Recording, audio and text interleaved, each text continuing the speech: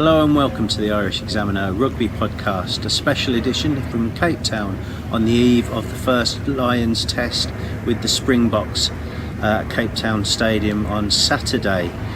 Eve of the match, Donal? Yeah, I have to say, it's you talk about this being a tour of a difference. When you look at the atmosphere around, we're on the waterfront here in Cape Town, what a beautiful setting it is. Sun shining on Table Mountain. Had my first flight in 18 months, arrived here yesterday, and what a setting.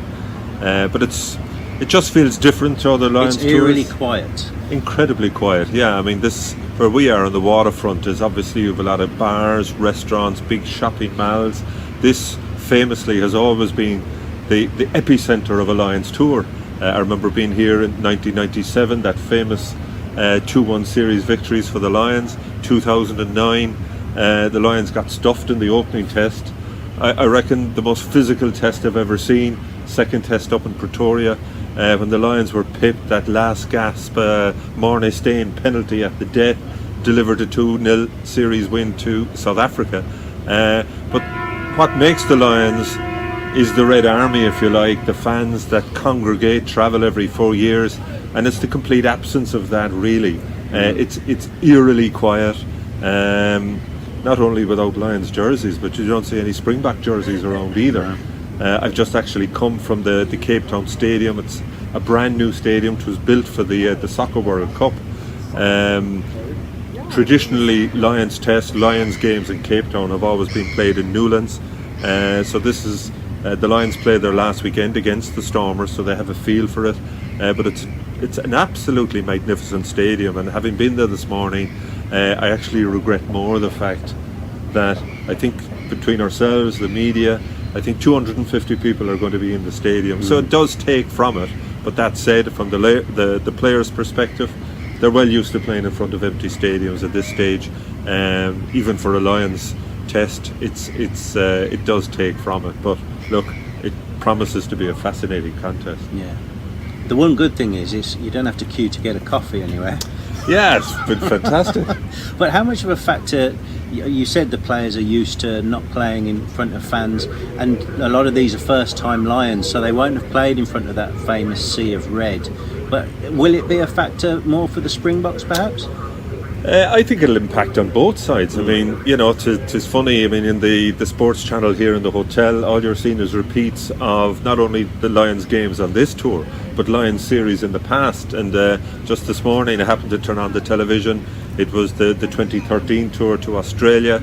I had forgotten that second test where the Lions had a kick in injury time to win the series 2-0. Lee Halfpenny, unfortunately, that kick fell short.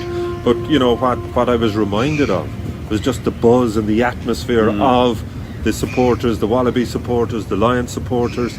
Lions, when that kick fell short, the final whistle went 16-15 to Australia, and you could see the expressions on the faces of the fans from both countries, or both sets of supporters. That's gone now. Yeah. In fact, only during the week, Charles Berger, who played in the 09 series, he commented on the fact that when they played in Loftus Versfeld in that second test in Pretoria, when they came out the tunnel, and I can still visualise it to this day, the stand opposite was designated for Lions supporters. So the whole lot was just a sea of red.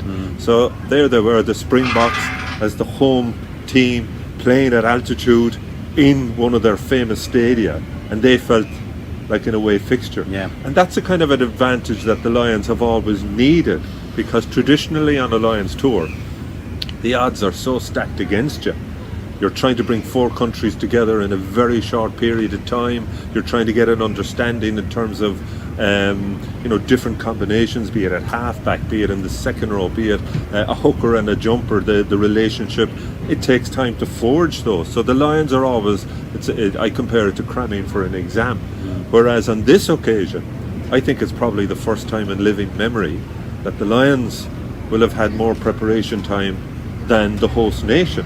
South Africa, their players are coming from all over the world. Apart from one test against Georgia, they haven't played as a collective since the 19 World Cup final.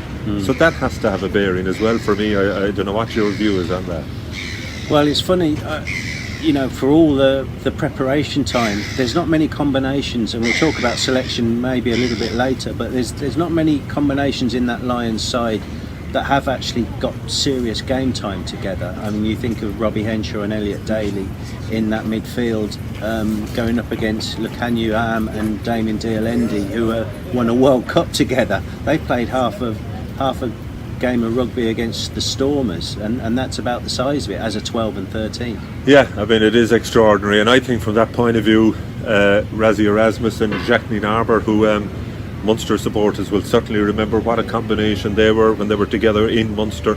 Unfortunately, left far too early, job unfinished from their perspective. But you have to say, the thing that enticed them back to South Africa, I remember watching the video on the whole preparation for the World Cup, and it was the day Ireland stuffed the Springboks in Lansdowne Road, and that was the day they felt they had to do something to bring Springbok rugby back to where it was.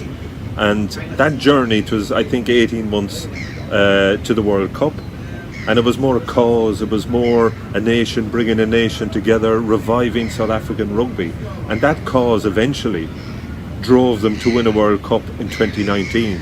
I think even more than the physical preparation, in a way, it's more a kind of a mental, psychological thing that he's brought that group together for the first time. Just that kind of muscle memory. Exactly. Yeah. Since the World Cup, he's more trying to, reignite that feeling, that togetherness that forced them in the end. I mean, remember they were well beaten in the opening game of the World Cup against New Zealand, and they went from there to come back and win the World Cup convincingly at the end, getting better as they went along. So I think it's that togetherness that he's trying to pull together.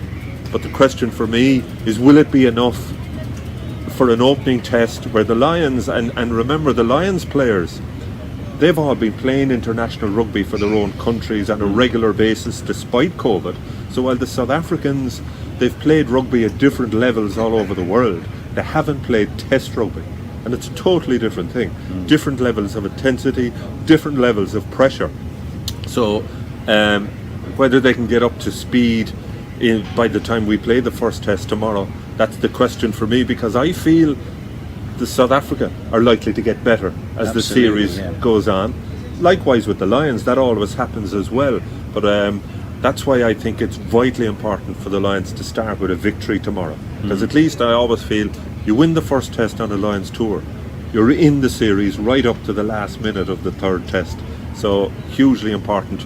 But so many unknowns, if you like, for me, that we just have to wait and see how the thing unfolds tomorrow. Yeah, there's so many imponderables in this. The COVID cases that the Springboks have had in their camp, how quickly they can get back on, up to speed, because that, depending on the case, obviously everyone's individual when it comes to this virus, how quickly you can recover and how much of an impact playing test match rugby can have on a body that's been through COVID. That's a big issue. Well, it's unknown, isn't it, from an athletics perspective? Funny enough, I think you met Sean Payne, former Munster full-back, here during the week, and I think he made a comment that he had COVID, and it does take a long time to get over it. Now, obviously, they're young athletes, but you look at the likes of Sire Khaleesi, the captain, he hasn't, I think was it Monday that he started training with the team? So, look, I think Rassie... 3 of them, in fact. Is that right? Andre Pollard and Mapimpi, yeah. So I think, like, Rassie and Jacques Nienaber, they've had to gamble for obvious reasons. So I'd say even in their own heads, they have no idea where they are. And if you look, really, the only concrete evidence that we have to go on is the A match against the Lions, which for me was the only meaningful game of the tour. Let's be honest, a lot of the provincial games, all of those squads were diluted massively by the need to have all their Springbok players in the bubble. They couldn't be going in and out of different camps. So they were hugely diluted in terms of their effectiveness. The South Africa A game certainly offered a reminder of just how physical this Springbok side is going to be. So I think at the back of Warren Gatlin's head, I think he's haunted by the memory of the first test here 12 years ago, when they thought they were ready for that physicality, when they thought, because again they played really well in those provincial games, but totally different animal when they came to the first test, and they were blown away. So the first 20 minutes for me, from that perspective, is going to be huge. But I do think the one thing that Gatland will feel when you look at that A match, South Africa were absolutely dominant for the whole first half, but you could see physically they were falling away as the game went on. So I think if the Lions, if they can get their noses ahead, I think that's the key for me, because do the Springboks have it in their reserves, in the fact that they haven't played test matches for so long, to be able to fight their way back into the game? Be an interesting one. Yeah, I think Gatland has placed a lot of store in the fact that his side finished the game more strongly and learnt so much more than perhaps the Boks did from that game, and that, you know, he's talked a lot, referenced a lot about this week's tasty training sessions, bone on bone he's called it, stomping on each other and all this kind of stuff. I think playing into what you were saying about 2009, he thinks now he's got the blend right in terms of preparation, and that they are physically ready, and with, whilst also recognising that it will be more than just physicality that's going to be this Springbok side. Yeah, it is, but the irony for me is they may be physically ready this time, but have they picked the right team? I mean, I have to say, I was shocked with a number of combinations that were selected. I mean, I would have thought Liam Williams was a shoo-in at full-back as an example. So, I mean, you're out here longer than me. What was your take when you saw the team? Well, I was surprised by Duhan van der Merwe on the wing. You know, when you think of the counter-attacking prowess of the Boks with Willie LaRue and Cheslin Colby and Mapimpi, and there's definitely defensive question marks over van der Merwe on that wing, given that he was kind of ripped to shreds by the Japanese a couple of times in Murrayfield 3 weeks ago. You know, there's a lot of talk about Conor Murray missing out to Ali Price, who had a very good game against the Stormers. But, you know, we talked a lot about the South African front row. You know, they're playing their best second row off the bench. Perhaps, you know, Murray, Owen Farrell and Liam Williams as an outside back three. Maybe that's just kind of a switcheroo situation as well. That it is a 1-23 game now, and that you have got people there with the nous, with the experience to finish a game and close it out, perhaps when the Boks are fading. Yeah, it's an interesting concept. I mean, Eddie Jones was the first man who talked about finishers. South Africa brought it to a new level in the World Cup when they went for the 6-2 split, the bomb squad as they called it, when you replaced your whole front five and another back row forward. Obviously the Lions, you know, they know that's coming. Like, if anything, once again, South Africa, I think, have retained their better front row on the bench. But I think that could be a mistake, because psychologically we know the Boks is all about physicality. The scrum, it's in their DNA. Again, you go back to that first test in 2009. They destroyed the Lions in the early scrums in the game. The Afrikaners certainly in the crowd, you could feel them growing. You could see the Springbok players growing. The front row that South Africa have picked, Trevor Nkane for me has never been a real frontline tighthead, and from that point of view, I think at the very least I'd expect the Lions to have parity in the scrum, and parity in the scrum against the Springboks in a series in South Africa is actually a win. So, and there's no point then, let's say 50 minutes you're bringing on what you perceive as the stronger. The psychological damage is done in the first 10 or 15 minutes. It's like the French Longo, the French mentality with the scrum. If you were in trouble in the first 10 minutes playing in the Parc des Princes, your day was over. You had to match that. And once the French used to sense, oh God, we're not getting any mileage out of this, they'd move on. In my mind, psychologically, it's the same with the Springboks. Tyke Furlong at tighthead, I think. He's up against Oxen Notche. He's only 3 or 4 caps at loosehead. The Beast, of course, was there during the World Cup. Now. Yeah, but Stephen Kitsoff, for me, is an outstanding loosehead. Who's keeping him for the last 30 minutes. I mean, look, that's why they earned the big bucks, these coaches. Razzie and Warren, you've two of the very, very best in the world. I know Jacques Nienaber is the coach, but really, I think the overseer and the technical guru here is Razzie as director of rugby. So it'll be fascinating for me to see how that early engagement, both scrum and breakdown. Breakdown's going to be huge. I mean, the physicality that Springbok A side brought to the game against the Lions, 9 or 10 days ago now, that set a marker.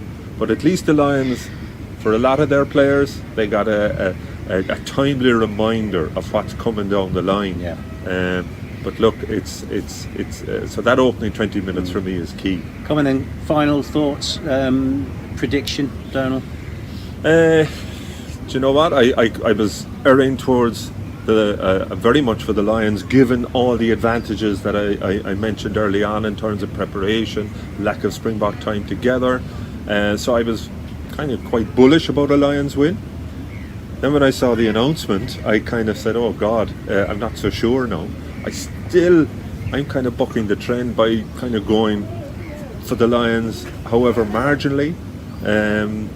But there are so many unknowns, as I keep saying, surrounding this test. Is very hard. But I think if the Lions don't win it, they're on the back foot big time, yeah. because I think the Springboks, for all kinds of reasons, will gain so much from this game, win, lose or draw, that the second test is going to be incredible. That's why I think going into that second test with one win in the bag, obviously huge. is absolutely huge. Look, I can't wait for it. Your own thoughts? I think the Lions are just going to sneak this. I really do, and it might be in the dying stages as well. Owen Farrell comes off the bench, slots the penalty, or Elliot Daly from long range. You know, I think that would set it up brilliantly for that second test. The other unknown, I'm with you on that. I do marginally go for the Lions. The other unknown, you know, I've been watching a lot of rugby over the past couple of weeks. Australia and France last week, red card 3 minutes. You had Argentina and Wales a couple of weeks ago, red card after 25 minutes. The way the modern game is played, red cards now play huge. So you can do all the preparation in the world, but something like that, you go back to New Zealand 4 years ago, the Lions were in big trouble. One test down, Sonny Bill gets a red card 25 minutes into the game. It changed the whole outcome of the series. That is the big imponderable. That is something that neither Erasmus or Gatlin can control. So plans go out the window then. Can't wait. Exactly. It's like that famous Mike Tyson punch. A red card is the equivalent. Who gets it on the chin? That's the thing. Thanks very much for watching.